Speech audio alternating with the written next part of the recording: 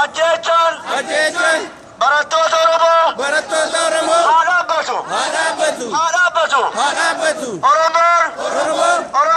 Oromoon ni bilisoomti. Qotee bulaan Oromoo lafa sarraa buqqa'uun haa dhaabbatu.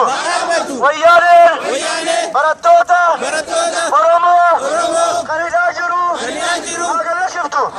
Qotee bulaan keenya lafa sarraa buqqa'uun haa dhaabbatu. Oromoon ni falmanna. Stop killing Oromo student. Stop land grab in Ethiopia.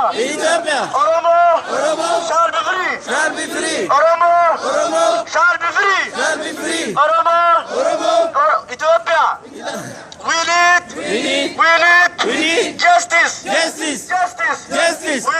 We need justice. Stop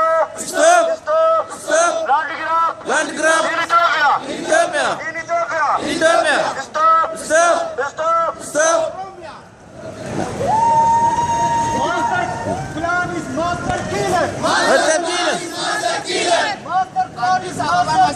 Master plan is master killer.